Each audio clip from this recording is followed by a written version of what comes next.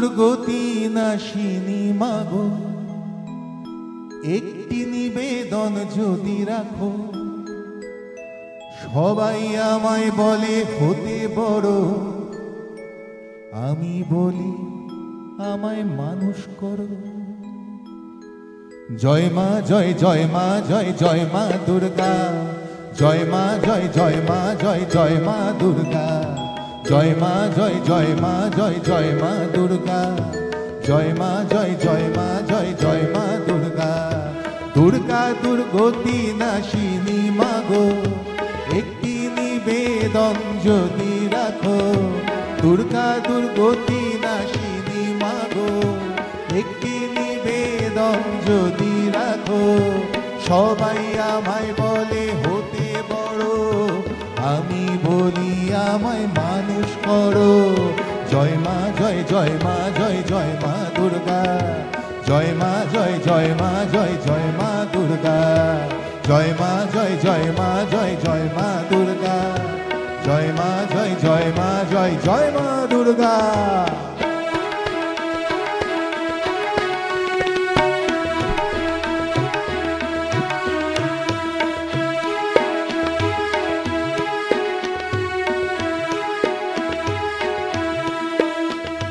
বড় হলেও মানুষ হয় আর কজন।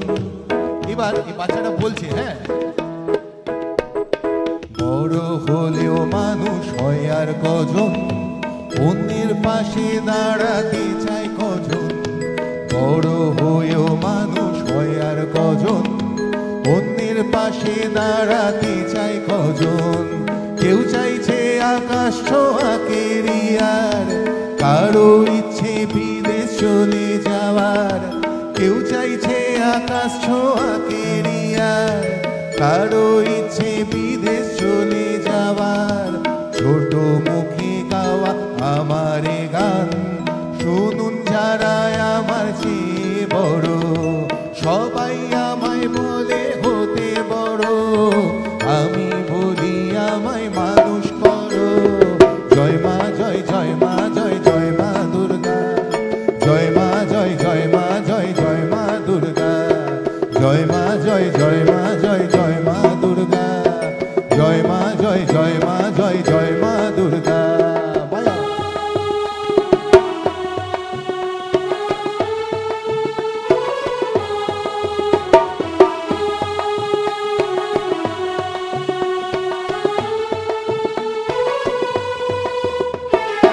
লেখাপড়ার চাপে বন্ধ খেলা, এই বাচ্চাটা আরো দুঃখ। লেখাপড়ার চাপে বন্ধ খেলা, কখন যে হারালো ছেলেবেলা। লেখাপড়ার চাপে বন্ধ খেলা, কখন যে হারালো ছেলেবেলা। জীবন থমকে এক্সামের খাতায়, বড় হওয়া শুধু ঘুরছে মাথায়। জীবন থমকে এক্সামের খাতায়, বড় হওয়া শুধু ঘুরছে মাথায়। সহপাঠী আমার প্রতিযোগী, সহপাঠী আমার প্রতিযোগী। হে মা ভবানী রক্ষা করো, সবাই আমায় বলে হতে বড়, আমি বলি আমায় মানুষ করো। জয় মা জয়, জয় মা জয়, জয় মা দুর্গা। জয় মা জয়, জয় মা জয়, জয় মা দুর্গা। দুর্গা দুর্গতি নাশিনী মাগো, একটি নিবেদন যদি রাখো। দুর্গা দুর্গতি নাশিনী মাগো, একটি নিবেদন যদি রাখো। সবাই আমায় বলে হতে বড়, আমি বলি আমায় মানুষ করো। জয় মা জয়, জয় মা জয়, জয় মা দুর্গা। জয় মা জয়, জয় মা জয়, জয় মা দুর্গা। জয় মা জয়, জয় মা জয়, জয় মা দুর্গা। জয় মা জয়, জয় মা জয়, জয় মা দুর্গা। জয় মা দুর্গা, জয় মা দুর্গা।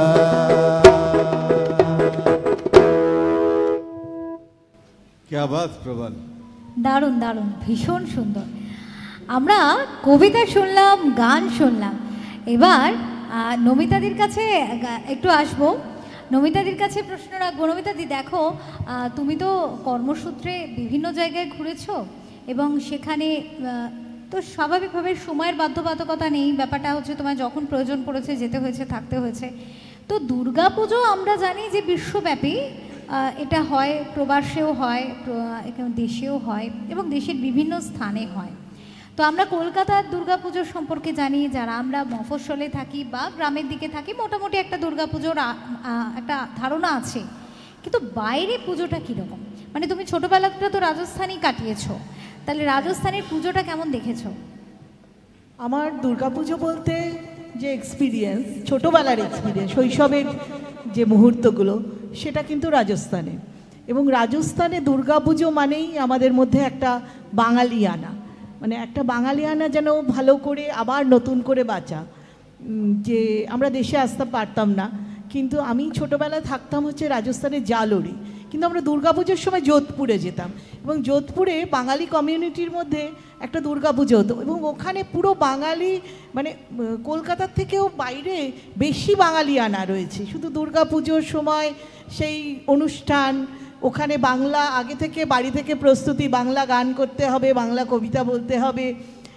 দুর্গাপুজোর ওখানে গিয়ে বাঙালি খাবার সব থেকে বড় কথা। আর পুজোটা একদম মানে সবাই ওইখানে যত বাঙালি রয়েছে, আশেপাশের যত বাঙালি রয়েছে, সবাই ওই দুর্গাপুজোকে কেন্দ্র করে 2-3টে পুজো হতো যোধপুরে। আমি যে সময়টা থাকতাম ছোটোবেলায়, সেই পুজোগুলোকে কেন্দ্র করে, মানে তখন যোধপুরের কোনো হোটেল মানে বাঙালিতে ভর্তি ছিল, যেখানে হোটেলে গেলে ও বাঙালি দুর্গাপুজোর জন্য এসছে, মানে সবাই জানতোই বাঙালিরা যোধপুরে আসে। বলছো তার মানে রাজস্থানের আশেপাশে, যোধপুরের আশেপাশে এলাকাতেও যারা বাঙালি ছিলেন তারা ওই যোধপুরের ওই সময়টা যোধপুরে চলে আসতেন একদম সবাই। জয়পুর, যোধপুর যেখানে বাঙালি বেশি সেখানে দুর্গাপুজো হতো এবং সেইখানে আসতো। আমরাও জালোর থেকে যোধপুরে যেতাম, মানে আমাদের একদম বাধা। এবং আগে থেকে, অনেক আগে থেকে সব বাঙালিরা হোটেল, ওখানকার যে স্থানীয় মানুষ যারা রয়েছে তারাও কি শামিল হতেন এই আনন্দে? হ্যাঁ, তারাও শামিল হতেন, অনেকেই আসতেন দুর্গাপুজোর জন্য, যে এটা আর কি বাঙালি স্পেশালিটি। মানে তখন মনে হতো ওটা এক টুকরো কলকাতা বা পশ্চিমবঙ্গেই আছি, তখন সবাই বাংলায় কথা বলছে, বাঙালি খাবার, সেই বাঙালি মানে পুষ্পান্ন পায়েস, সেই বাঙালি ওখান থেকে তখন মাছ। এমনিতে রাজস্থানে একটা সেই সময়ের একটা ঘটনা বলি, যে বাঙালিরা মাছ খেত বলে সহজে মানে বাড়ি ভাড়া লোকে দিতে চাইতো না। আচ্ছা। কিন্তু আবার দুর্গাপূজার সময় দেখেছি অনেক অবাঙালিরা মানে মাছ খেতে আসতো অনুষ্ঠানে, যে না বাঙালিদের একটা স্পেশালিটি, বিশেষত ছেলেরা যারা, মানে মনে ইচ্ছা মুখে লাজের মতো ব্যাপারটা হলো। যোধপুরে কিন্তু দুর্গাপুজো বহুদিন ধরে চলে আসছে। আমি একটা কভার করেছিলাম, তাতে জানি যে বিশাল ওদের পুজো কমিটি আছে এবং প্রস্তুতি প্রায় 1 মাস ধরে চলে। ওখানে 1 মাস ধরে প্রস্তুতি নিয়ে কোথায় বাইরে যারা আছে তাদের সঙ্গে যোগাযোগ, এই যে বাঙালি কমিউনিটিটা আছে ওখানে একদম। তবে দিদি, যে আর একটা জিনিস বলছিলে, এই যে তুমি মাছের কথা বললে, পরমান্নের মানে পায়েসের কথা উল্লেখ করলে, সব কিছু খাবারের নাম করলে, খাবারের প্রসঙ্গে আমি একটু চলে আসবো পৌলমীর কাছে, কারণ পৌলমী যেহেতু ডায়েটিশিয়ান, পৌলমীর কাছে আসবো এই কারণে, পুজোটা তো আমাদের, আমরা বাঙালি শুধু নয়, যারা অবাঙালি আছে তারাও এখন দুর্গোৎসবে সামিল হয়, সবার পুজোর সবার একদম। কিন্তু তাতেও দেখবে বাঙালিদের একটা টেন্ডেন্সি আছে, যাই অনুষ্ঠান হোক আগে খেতে হবে, মানে খাবারের দিকটা দেখতে হবে। একদম একদম। সময় তো স্বাভাবিকভাবেই দেখো বাকি সব পরে হবে, আগে খাওয়া দাওয়া। এবার এতে কি হয়, পুজোর এই কটা দিন সবাই তো ডায়েট ভুলে যায়, আর যে যা পারে, যা মনের ইচ্ছা যায়, প্রাণের ইচ্ছা যায় খায়। এক্ষেত্রে আমরা অনেক সময় দেখি যে দুটো জিনিস ভীষণ হয়, এক হচ্ছে পেট খারাপের প্রবণতাও বাড়ে, আর দ্বিতীয় যেটা হয় এই যে প্যান্ডেল হপিং, যেটাকে এখন খুব ওয়ার্ডটা হচ্ছে, মানে মণ্ডপ ঘুরে দেখা, এতে কি হয় জল বা লিকুইড খাবার একটুখানি একটা অসামঞ্জস্যতা কাজ করে, আর সেখানে ভীষণ ডিহাইড্রেশনের সমস্যা হয়। তো এটা তুমি একটু আমাদের দর্শকদের কাছে এটা একটু বলে দাও, এর সলিউশন কি হতে পারে, যাতে মণ্ডপ দর্শনও হলো, আবার শরীরটাও ঠিক থাকলো, বা খাওয়া দাওয়া হলো। ফার্স্টে যদি আমরা সারা বছর পড়াশুনো করি, যেরকম পরীক্ষার আগে একটা চাপ থাকে না, সেরকম সারা বছর যদি আমরা খাদ্যাভ্যাসটাকে মেনটেন করি, তো পুজো কটা দিন ভাববার ব্যাপারটা থাকে না। ডায়েটটা মানে হচ্ছে আমি কতটা খাচ্ছি, কোন সময় খাচ্ছি, কি পরিমাণে খাচ্ছি, বা কার কতটা কি মেনটেন, এটা যদি সারা বছর সে যদি লাইফস্টাইলটা মডিফিকেশন করে, পুজোর আগে 2 কেজি 3 কেজি 10 কেজি বাড়লেও ওভাবে বাড়াটা উচিত নয়, কারণ তার ব্যালেন্স ডায়েটে সে আছে, একটা মডিফিকেশনে আছে। তো পুজোর কটা দিন তো খেতে তো হবেই, তো সেটার জন্য একটু পরিমাণ মতন খেতে হবে। আর ডিহাইড্রেশন যেটা বললে, ভীষণ বাজেভাবে ডিহাইড্রেট হয়ে থাকি, কারণ পুজো মানে যদি একটু মণ্ডপে ভিড় না দেখে ঠাকুর দেখলাম তো পুজোটা মনে হয় না যে আমার পুজোটা গেল বা আমি পুজোটা ভালোভাবে এনজয় করলাম। তো এর মধ্যেই প্রথম আমরা প্রবলেমে পড়ি, সেটা হচ্ছে অতিরিক্ত আমরা ক্লান্ত হয়ে যাই, ঘাম হয়, তার জন্য আমরা যা পাই স্টলের বাইরে ওই একটা soft drinks খাওয়ার প্রবণতা, হ্যাঁ ওই একটা খাই। তো সেটাকে একটু অ্যাভয়েড করে নর্মাল জল, সেটা নিজেরা যদি ক্যারি করবো, বা যদি সেটা তো পসিবল হয় না হ্যাঁ তো কিনতেও পাওয়া যায়, নর্মাল জল যদি আমরা খাই সেটা খুব মেনটেন করাই যায়। সেটা একটা মাথায় রাখাটা খুব ইম্পর্টেন্ট। আর হাইজিন তো নিজস্ব, সেটা তো অবশ্যই করতেই হবে। তাহলে আমরা দর্শকদের কাছে চলে যাব, আবারও আপনারা শুনে নিলেন যে জল খেতে হবে, সফট ড্রিঙ্ক কিন্তু একটু কমই খেতে হবে, জলটা বেশি করে খেতে হবে, আর এই কদিন খাবার খান, সারা বছর একটু মেনটেন করে নেবেন, এটাই আর কি। চলে আসবো নমিতাদির কাছে। নমিতাদি, একটা কবিতা শোনাও প্লিজ। যাক, অপরিবার চিন্তাটা গেল যে পুজোর কটা দিন খাবার তো বিস্তর লিস্ট করেছো তুমি। আমি ভারী পেটুক মানুষ, আমি ভীষণ খেতে ভালোবাসি। তুমি জেনে নিলে কিভাবে ঠিক রাখতে হবে, তাই তো? খেতেও হবে, আবার ঠিকঠাক থাকতে হবে, না হলে তো আবার অফিস কামাই করা যাবে না। এই যে পুজোটা মিটবে তারপরেই তো দাদা বলবে যে কেন অফিস এলে না, যদি বলি শরীর খারাপ করেছে তখন বলবে কেন শরীর খারাপ করেছে, তাই এই দিকও রইলো ওই দিকও রইলো, সবই আনন্দ বজায় রইলো। কি বুদ্ধি, কি বুদ্ধি। কবিতায় আসি। দুর্গাপুজো নিয়েই একটা লেখা কবিতা। দুর্গাপুজো নিয়ে ঠিক বলবো না, দেবী হতে জাগে স্বাদ। আমার টবে ধুত্রা ফুল ফোটে, আমার দেহে আছে শিবের বাস। মানবী তাই আমার মনে, দেবী হতে জাগে ভীষণ স্বাদ। খড়গ হাতে দেবী যদি হই, অনাচারীর করব আমি নাশ। নতুন মাঠে নবান্ন ধান পুঁতে, সতেজ সুখে রাখব 12 মাস। সুন্দর আর শক্তিতে ভরপুর দেবী হব আজকে আমি ওগো। পৃথিবীতে নতুন করে গড়তে আমার যে ভীষণ বড় স্বাদ। অপূর্ব, ভীষণ সুন্দর। আমরা আজকে কবিতা শুনলাম, গান শুনলাম, আমরা কিভাবে সুস্থ থাকব সেই বিষয়ে শুনলাম। তবে নবমীর আড্ডা আর দীর্ঘায়িত করব না।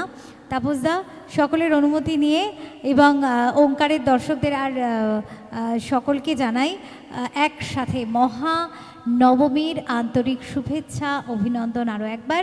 এবং আপনারা আজকের এই দিনটা ভীষণ আনন্দ করুন, ভীষণ ভালোভাবে কাটান, যতটা আনন্দ করার সবটুকু করে নিন, কারণ রাত পোহালেই আবারও দশমীর একটা বিদায়ী সুর। সেই সুরে আমরা না চাইলেও সেই সুরে ভাসতে হয় এবং মাকে কোথাও যাওয়ার জন্য সায় দিতে হয় যে তিনিও কৈলাসে ফিরবেন, তার সংসার আছে। কিন্তু তবু আজকের যে সারাটা দিন এবং অদ্য রজনী যে ভীষণ আনন্দ করে কাটান।